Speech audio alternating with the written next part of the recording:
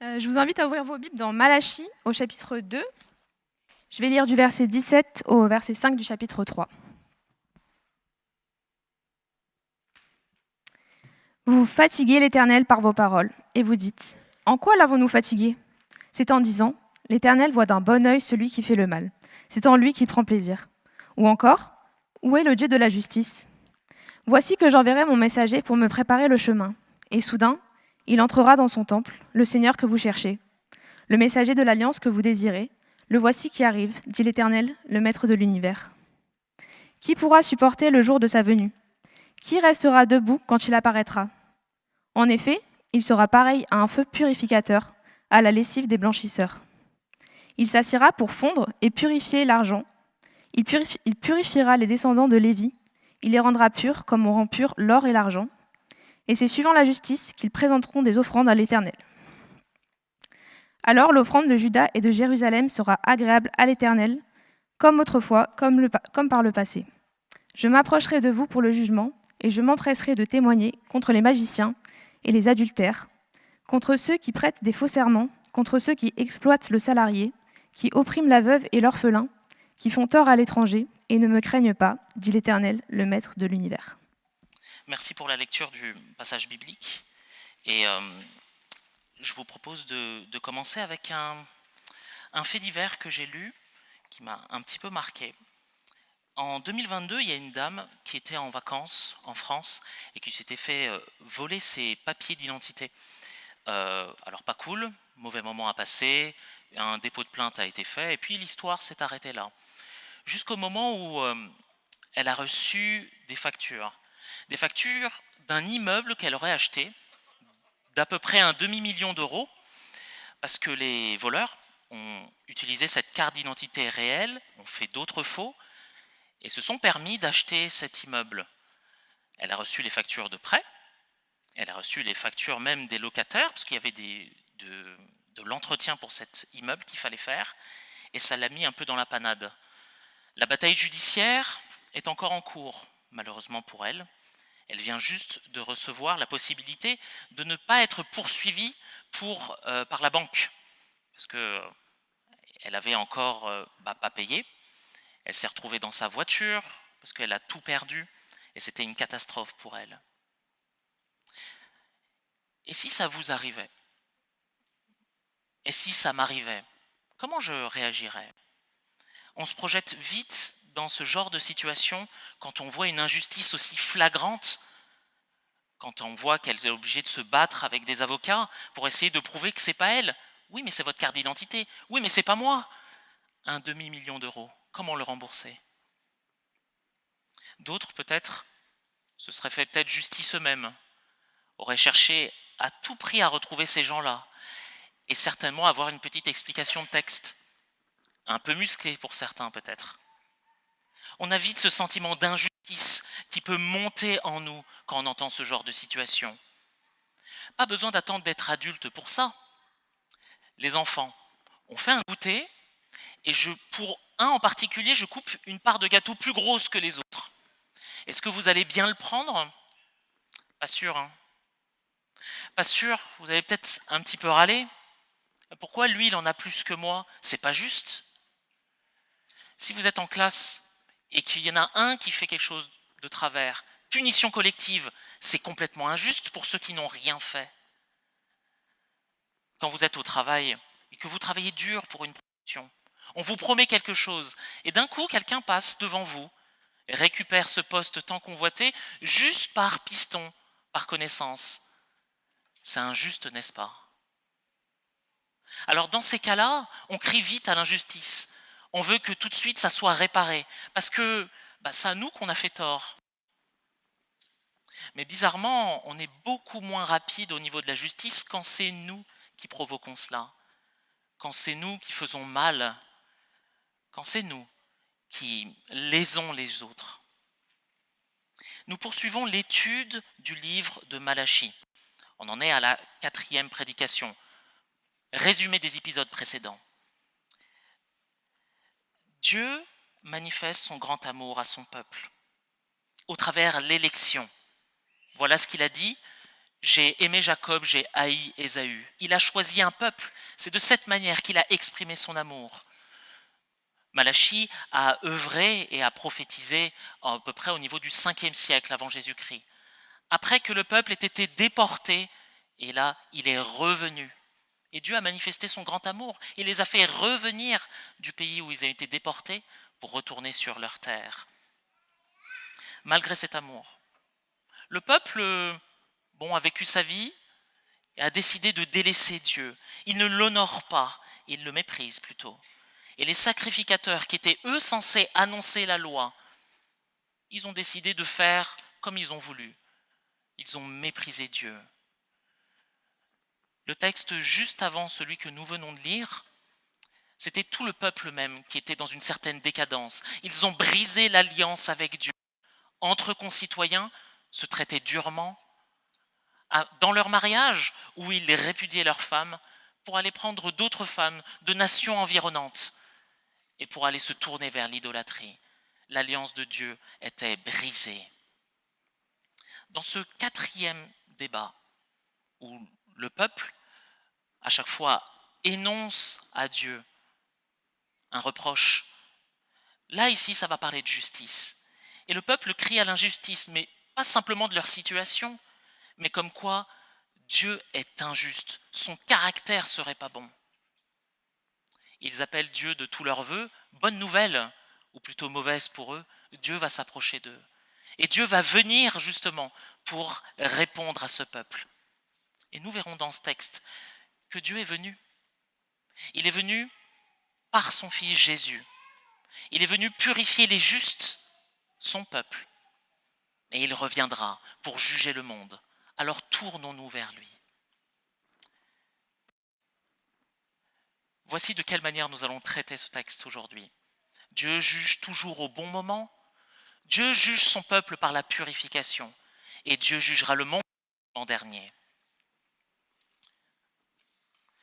Le texte commence d'une manière assez étonnante, je trouve.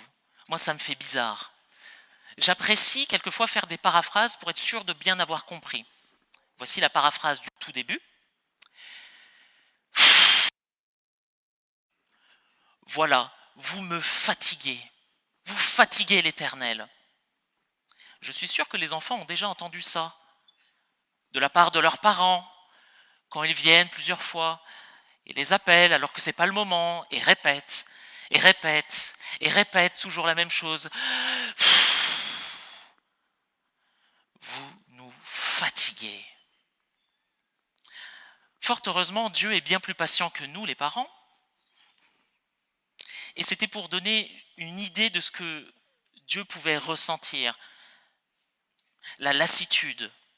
Pourquoi Dieu serait fatigué? Le texte le dit au verset 17. 2 points sont remontés. Le premier, l'Éternel voit d'un bon œil celui qui fait le mal. C'est en lui qu'il prend plaisir. C'est une accusation grave de penser que Dieu va préférer ceux qui font le mal à ceux qui font le bien. Pour le peuple, c'est logique.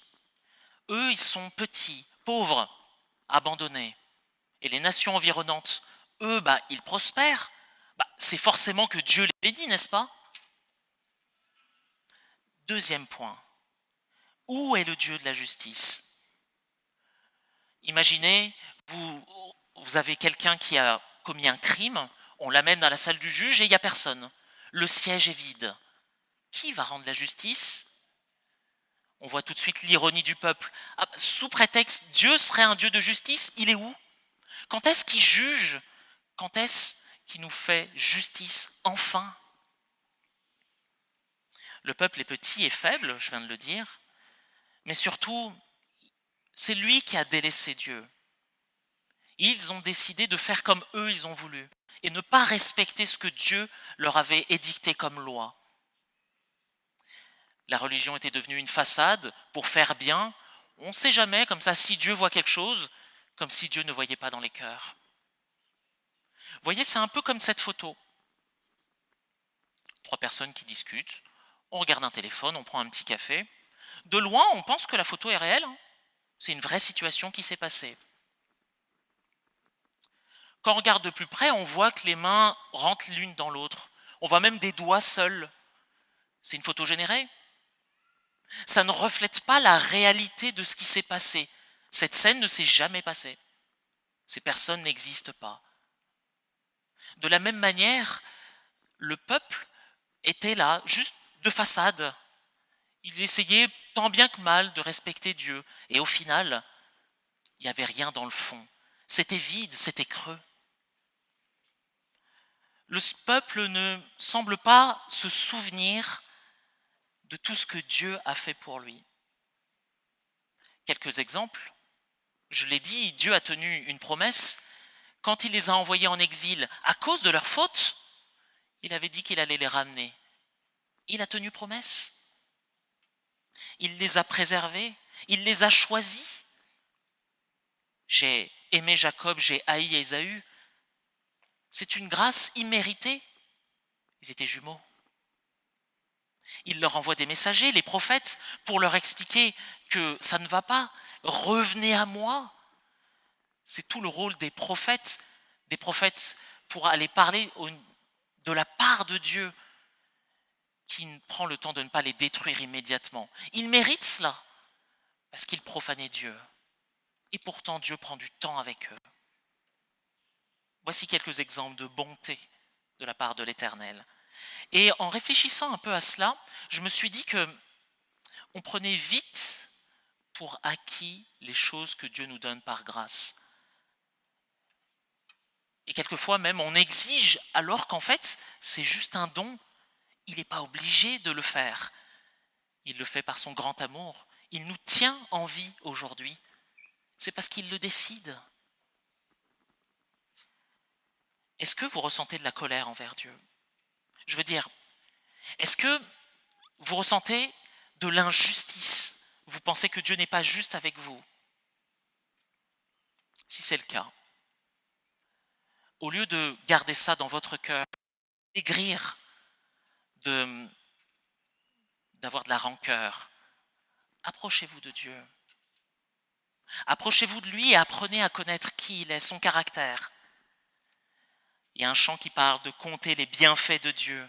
Oui, on a tendance à le faire sur les choses qui sont matérielles, mais comptons tous les bienfaits spirituels qu'il nous apporte, la vie éternelle qu'il nous promet, l'espérance vivante, alors que nous méritions que son jugement. Dieu entend nos cœurs. Exprimons notre attente de son intervention. Combien de psaumes dans la Bible, un livre de prières, de chants, combien de psaumes expriment cette attente? Dieu, quand est-ce que tu vas venir? Quand est-ce que tu vas nous faire justice? Quand est-ce que ton nom sera proclamé? Quand est-ce que les méchants arrêteront de subsister et qu'on verra ta justice? Mais vous savez quoi? Dieu agit toujours au bon moment. Dieu n'est pas dépassé par nos situations. Il n'est pas dépassé par le mal. Tout est entre ses mains et tout est sous son contrôle. Prenons un exemple. Le psaume 113. Dans ce psaume, l'auteur, Asaph, expose devant Dieu sa situation. Les méchants prospèrent, ils blasphèment Dieu et tout va bien. Et moi, je suis là, seul, je veux te suivre, mais je suis persécuté par ton nom. Lisons en le psaume 73, versets 12 à 15. Hop là, on est bon. Voici comment sont les méchants, toujours tranquilles. Ils augmentent leur richesse, donc pour rien que j'ai purifié mon cœur et que j'ai lavé mes mains en signe d'innocence. Chaque jour, je suis frappé. Tous les matins, je suis repris. Si je disais, je veux parler comme eux, alors je trahirais tes enfants. Sauf qu'à la fin de l'histoire, en y réfléchissant, quand tous les comptes seront faits, Dieu jugera effectivement le méchant. Versets 16 à 20. Quand j'ai réfléchi pour comprendre cela, la difficulté a été grande à mes yeux, jusqu'au moment où je suis entré dans les sanctuaires de Dieu et où j'ai prêté attention au sort final des méchants. Oui, Tu les places sur un terrain glissant, tu les fais tomber dans la ruine. Et voilà, en un instant, ils sont détruits, ils ont disparu, anéantis par l'épouvante. Comme un rêve qui se dissipe au réveil. Seigneur, à ton réveil, tu repousses leur image. Si nous ressentons l'injustice, sachons nous tourner vers Dieu, lui qui juge en son temps. Faisons-lui confiance, il tient ses promesses, il le fera. Sachons-le, plus nous aurons une vision claire et juste de qui est Dieu, mieux nous aurons confiance en lui, et moins nous soupirerons dans nos cœurs, soupirons parce qu'il n'intervient pas. Dieu agit en son temps, et il est important de le noter, la prospérité des méchants n'est pas une marque de bénédiction de Dieu. Le fait d'avoir la santé, les richesses, tout qui nous réussit, ce n'est pas un sceau de la part de l'Éternel pour dire « j'approuve, celui-ci est mon enfant ». C'est à la fin des temps qu'on verra le jugement et on verra si les personnes seront sauvées ou bannies. Le peuple au temps de Jérémie, lui, il était bien coupable. Toute la décadence, il ne suivait pas Dieu. Alors ils appellent Dieu. Où est-il ? Ah ben, ça tombe bien, il arrive. Mais il arrive premièrement pour juger son propre peuple. Ce sera notre deuxième point. La réponse de Dieu va se faire en deux temps. La première ici et juste après le jugement, on verra dans notre troisième point. Dans le verset 1er du chapitre 3, un messager est envoyé. On suit tout de suite la tradition qui se faisait en Orient. Quand un roi se déplaçait, des émissaires partaient à sa destination, préparer sa venue. Et en pratique, il y avait des personnes qui couraient devant le char, enlever les pierres, dégager le chemin. Ce passage est un passage qui a été cité par notre Seigneur Jésus lui-même. Matthieu chapitre 11, versets 9 à 10, il est écrit « Qu'êtes-vous donc allés voir ? Un prophète ? Oui, je vous le dis, et plus qu'un prophète, car c'est celui à propos duquel il est écrit « Voici, j'envoie mon messager devant toi pour te préparer le chemin. » L'identification ici semble claire. Et dans Matthieu chapitre 11, juste au-dessus, il nous dit qu'il parle de Jean. Jean le Baptiste, un prophète qui parut juste avant Jésus pour annoncer la repentance. Il fallait changer de voie, revenir à Dieu et décider que on n'arrivait pas à gérer nous-mêmes les choses et qu'on avait besoin de revenir à Dieu pour qu'il nous aide à gérer notre vie et notre salut. Il a appelé les personnes à se détourner et les gens venaient le voir et symboliser ça par un baptême d'eau. Son ministère a eu un certain impact. Pourtant, il dira lui-même qu'il n'est qu'un ministère préparatoire. Marc chapitre 1er, versets 7 et 8. Il proclamait, ces deux gens dont il parle, « Après moi vient celui qui est plus puissant que moi, et je ne suis pas digne de me baisser pour détacher la courroie de ses sandales. Moi, je vous ai baptisé d'eau. Lui, il vous baptisera du Saint-Esprit. » Celui qui arrive après va le faire de manière soudaine, de manière un peu surprise. On attendait le Messie et il est arrivé, et à l'époque, ils ne l'ont pas reconnu. Dans notre texte de Malachie, tout pointe vers ce messager de l'Alliance, ce Seigneur à qui appartient le temple, qui reçoit le même honneur que l'Éternel. C'est un des textes preuves importants qui montre la divinité de Jésus, car c'est lui dont on parle, Jésus, qui arrive beaucoup plus puissant que Jean, avec un ministère bien plus important. Il le positionne au même rang que l'Éternel, que Dieu lui-même, lui qui est pleinement homme et pleinement Dieu. Mais il est également messager de l'Alliance. Un merveilleux terme assez unique dans l'Ancien Testament pour dire qu'il fait le pont, le lien, il est le médiateur entre le peuple et l'alliance de Dieu. Dieu dit qu'il viendra, il est venu en Jésus. Et Jésus a dit qu'il reviendra. Beaucoup de gens, à notre époque, rient de cela. et se moque un peu. Ça fait quand même 2000 ans qu'il est censé revenir, il n'est toujours pas revenu. Ça va, on a encore un peu, on peut voir venir. Soudain devrait nous avertir et nous tenir en alerte. Avez-vous déjà pensé à une chose importante? Peut-être qu'aujourd'hui c'est votre dernière prédication que vous entendez. Avez-vous déjà pensé à l'imminence du retour de Christ? Si toutes les promesses avant ont été tenues, pourquoi celle-ci ne le serait pas?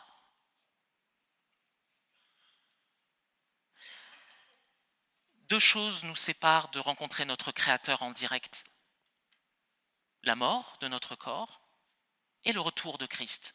Aucune des deux on ne maîtrise le temps. Aujourd'hui, nous avons besoin de savoir si nous allons subsister devant Dieu, demeurer devant lui, ou comme ce texte dit, est-ce que ce sera un moment terrible pour nous? La venue de Jésus, la première, s'est faite humble. La deuxième sera victorieuse. Philippiens chapitre 2, versets 9 à 11 nous dit, c'est pourquoi aussi Dieu l'a souverainement élevé et lui a donné le nom qui est au-dessus de tout nom, afin qu'au nom de Jésus, tout genou fléchisse dans les cieux, sur la terre et sous la terre, et que toute langue confesse que Jésus-Christ est Seigneur, à la gloire de Dieu le Père. Le Seigneur va revenir, il le fera assurément. Et lors de sa première venue, il est venu spécifiquement pour son peuple. Il n'a pas d'abord jugé les nations environnantes, mais son propre peuple. La première venue, il y a eu deux images importantes que le texte nous montre. On parle du feu du fondeur et on parle de la lessive des blanchisseurs.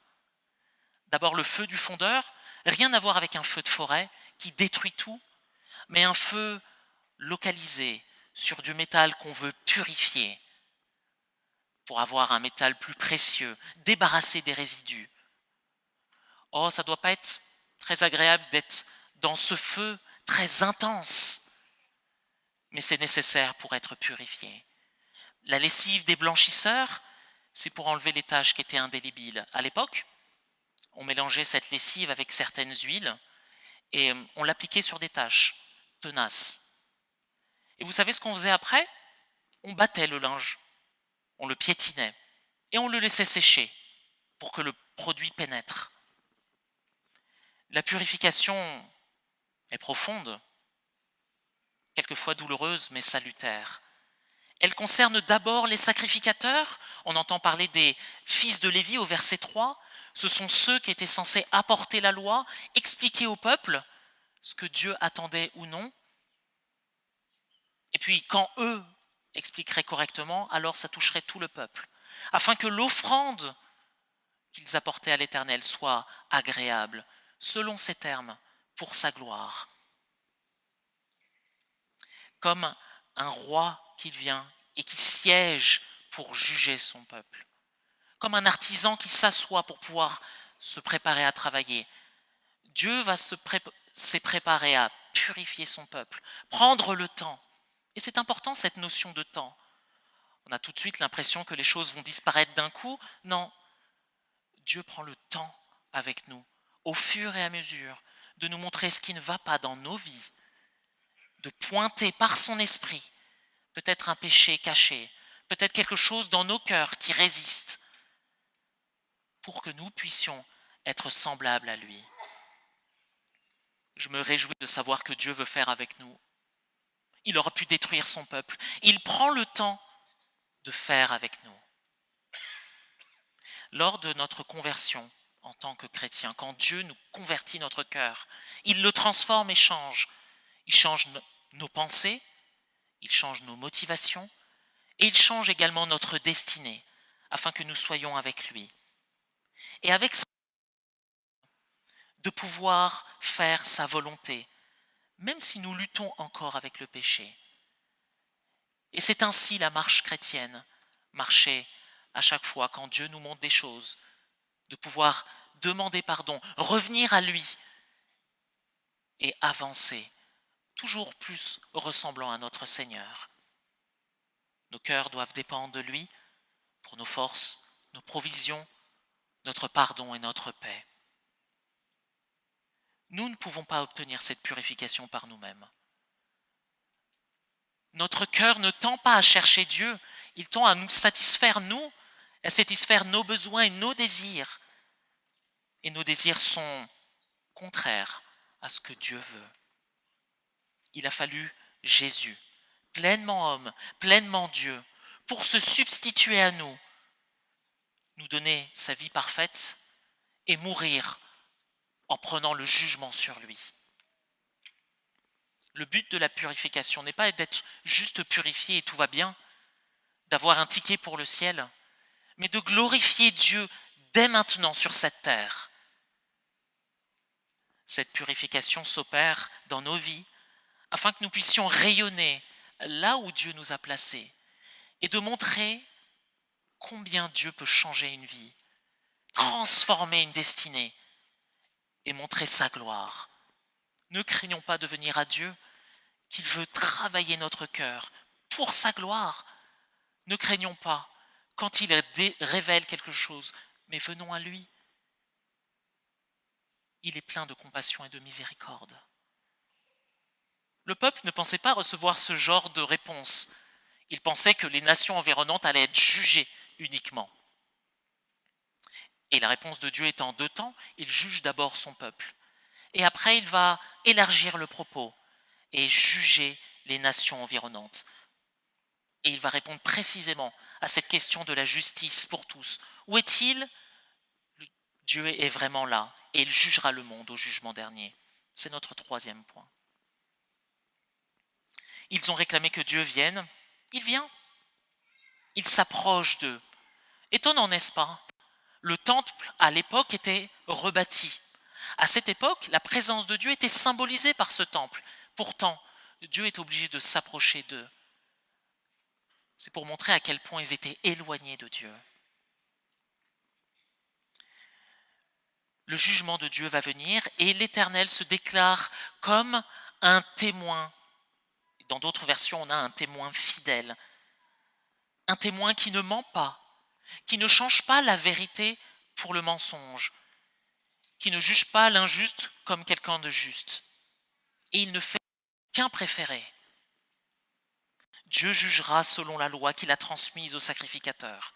Et cette loi, ils l'ont brisée. Si Jésus est venu pour purifier son peuple, ceux qui ont décidé de le renier, de ne pas le suivre, pour eux le moment sera terrible. Et la liste du verset 5 qui est affiché, on pourrait penser qu'elle ne nous concerne pas. Pourtant, en y regardant de plus près, peut-être qu'elle pourrait nous interpeller. Quand on parle des magiciens ou des sorciers, c'est étonnant de penser que ça peut nous toucher à notre ère moderne, où la science explique tout. Pourtant, une étude en 2023 en France a montré que plus d'un Français sur deux croit à l'occulte, à la présence réelle de sorcières, de fantômes, d'esprits. C'est étonnant, n'est-ce pas ? Que penser du karma, de la méditation transcendantale, de l'astrologie et toutes ces spiritualités alternatives, comme on les appelle, qui essayent de trouver par soi-même ou par des vecteurs autres, extérieurs, une certaine paix, une raison de vivre. Que penser des adultères ? J'espère que personne n'est concerné par ça, si ce n'est ceux qui le sont peut-être. Dieu est encore là, prompt à pardonner. Mais si l'acte n'est pas fait, que penser alors de notre cœur quand Jésus parle en Matthieu 5, verset 27 ? Vous avez entendu qu'il a été dit, tu ne commettras pas d'adultère. Mais moi, je vous dis, quiconque regarde une femme de façon à la désirer a déjà commis l'adultère avec elle dans son cœur. Qu'en est-il de notre cœur, de nos regards ?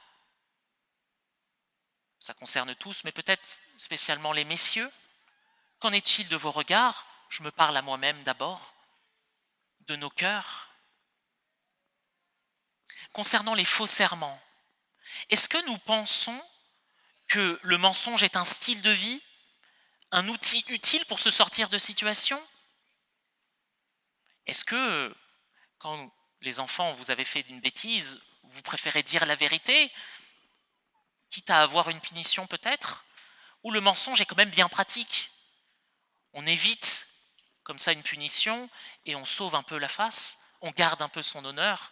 Ah, on est encore des gens bien. Ceux qui exploitent le salarié. La lutte sociale est importante en France. On voit vite les salariés monter au créneau quand il y a exploitation par certains patrons. Et je ne dis pas tous, parce que tous ne font pas ça. Qu'en est-il de l'humanité vis-à-vis des autres? Quand la course au profit est importante, on pressurise les salariés. On les empêche de pouvoir avoir une vraie coupure entre vie privée et vie professionnelle. Mais qu'en est-il de nous? Si on était à leur place, est-ce qu'on ferait pareil? La question est posée. L'oppression de la veuve et de l'orphelin, le tort à l'étranger, c'était des catégories particulières dans la loi de Dieu, déjà données par Moïse. C'était des catégories vulnérables qu'il fallait protéger. Est-ce que ce sont des catégories qui attirent notre attention ou qu'on laisse de côté? Enfin, si vous n'avez été touché par rien du tout, et que pour vous, pour l'instant, tout va bien, on coche tout, on est plutôt bien, alors ceux qui ne me craignent pas devraient vous toucher. Parce que personne, de manière constante, craint Dieu parfaitement.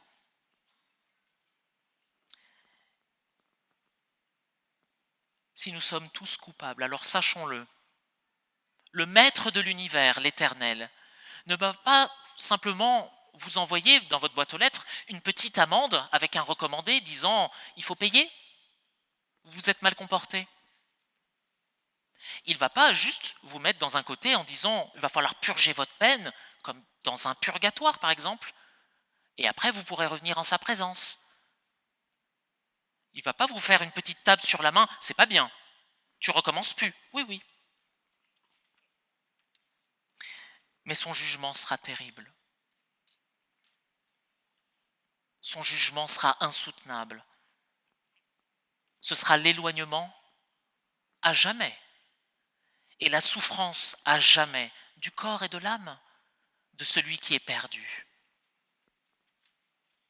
Le pasteur et théologien américain du XVIIIe siècle, Jonathan Edwards, a su mettre en valeur cette notion de jugement dans une prédication en particulier qui, après, a été rendue célèbre, qui a été traduite pour le coup en français, « Dans les mains d'un Dieu en colère ».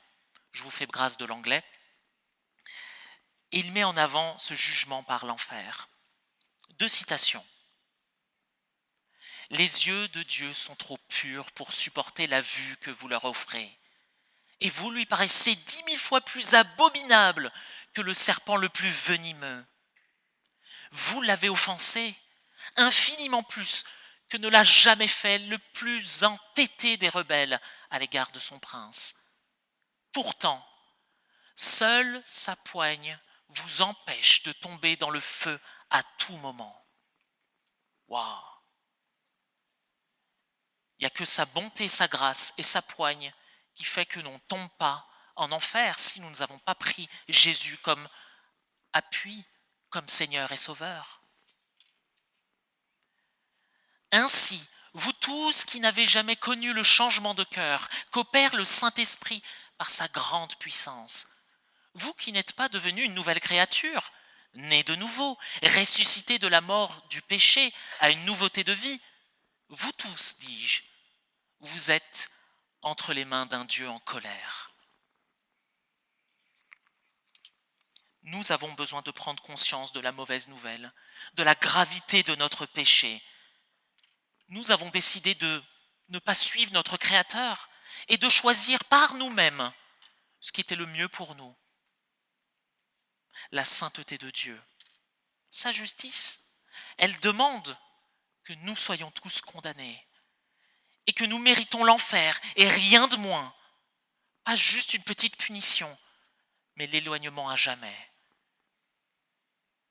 Notre seul espoir, il se trouve en Jésus. Lui qui, d'une condition divine, n'a pas regardé comme une proie arrachée son égalité avec Dieu, mais s'est dépouillé lui-même et a pris la forme d'un serviteur. Il est venu marcher sur cette terre et sa vie parfaite peut être imputée à notre compte.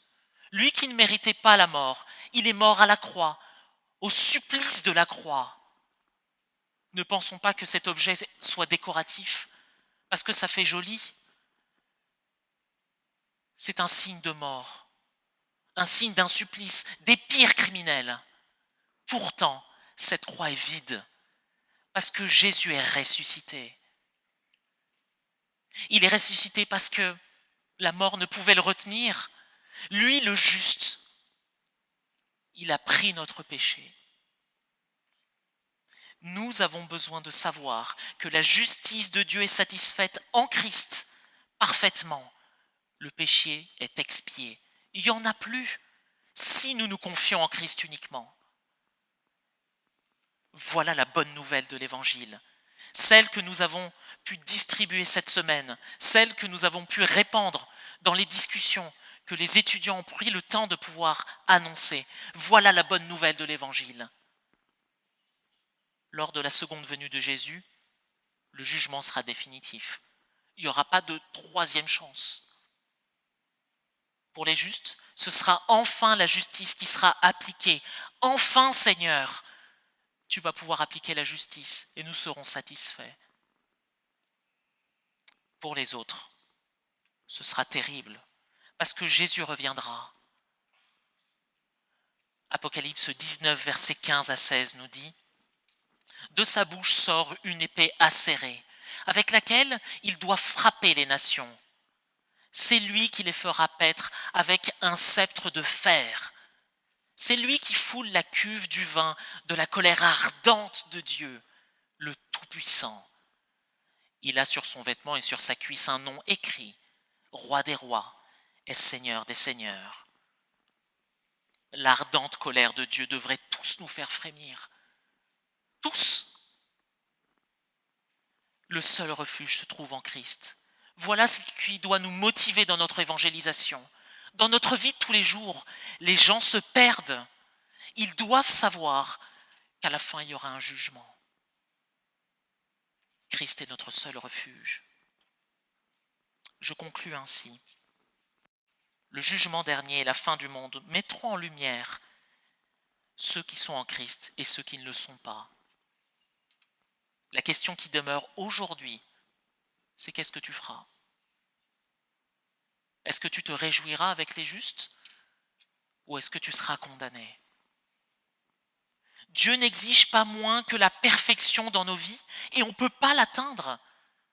Seul Christ l'a fait. Ne pense pas que tes bonnes œuvres te sauveront. Elles ne peuvent pas. Tu ne peux pas bien agir de manière constante toute ta vie. Le seul défaut dans ta vie fait de toi quelqu'un d'imparfait, comme moi, et comme tous les chrétiens qui confessent Christ. Ils ne sont pas juste parfaits, ils sont des pécheurs graciés, rachetés à grand prix.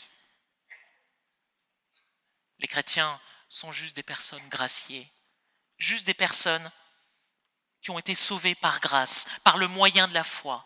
Et cela ne vient pas de nous, c'est le don de Dieu. Courons à Christ dès aujourd'hui. Ne tardons pas. Sa grâce est encore disponible. Elle est plus grande que nos péchés. Elle est surabondante. Courons vers Christ. Nous prions.